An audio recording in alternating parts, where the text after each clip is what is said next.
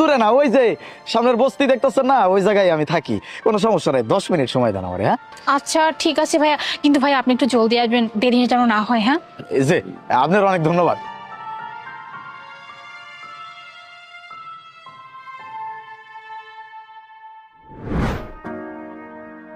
এক কাপ চা দিয়েন তো।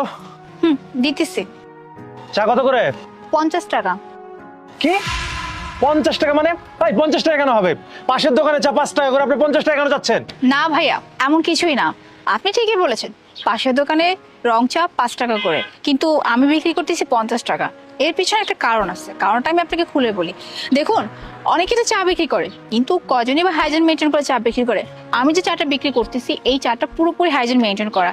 আর সব থেকে বড় কথা ভাইয়া, আমাকে তো দেখতেই পাচ্ছেন আমি কত ভালো একটা ড্রেস পরে আছি।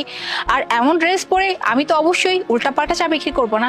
আর আমরা বাইরে অনেকে চা খেয়ে থাকি, কিন্তু কজনই বা হাইজিন মেনটেন করে। আর একটা চা যদি খেয়ে যদি আপনার শরীরে কোনো ক্ষতি হয় বা আপনার হেলথে যদি কোনো ইস্যু হয়, তাহলে এটা কেমন কথা না? তাই আমি আমার চাটা এমনভাবে তৈরি করেছি, যার জন্য আমি এটার দাম 50 টাকা নিচ্ছি। আমার মনে হয় না যে আমি খুব একটা বেশি নিচ্ছি, কারণ আমি আপনাকে যেভাবে ফুডটা ডেলিভারি করতেছি, অবশ্যই এটার দাম 50 টাকাই হওয়া উচিত, তাই না? আচ্ছা ঠিক আছে, দেন আপনার এক কাপ চা, খেয়ে দেখি কেমন বানান আপনি। আচ্ছা দিচ্ছি এখনই। এই যে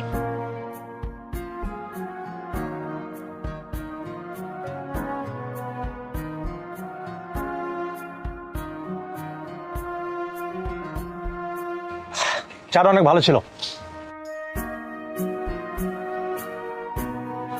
এই জন্য তোমার টাকা। Thank you. ঠিক আছে, আসি। ম্যাডাম আসছি, এই একটু দেরি করে ফেলাইছে। সমস্যা নাই। ভাইয়া, এই যে আপনার টাকা। আমার টাকা?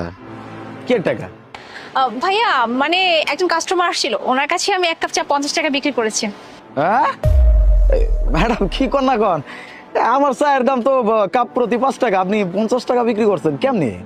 আসলে ভাইয়া, আমার মার্কেটিং নিয়ে একটু পড়াশোনা করেছিলাম, তো তাই মার্কেটিং ব্যাপারে আমার একটু আইডিয়া আছে। মানে একটা প্রোডাক্ট বা একটা ফুড কিভাবে একজনের সামনে এমন ভাবে প্রেজেন্ট করলে সে ওইটা আর কি নিতে বাধ্য, আমি যে প্রাইসে বলি না কেন বা যেভাবে বলি না কেন, দ্যাটস ওয়াই।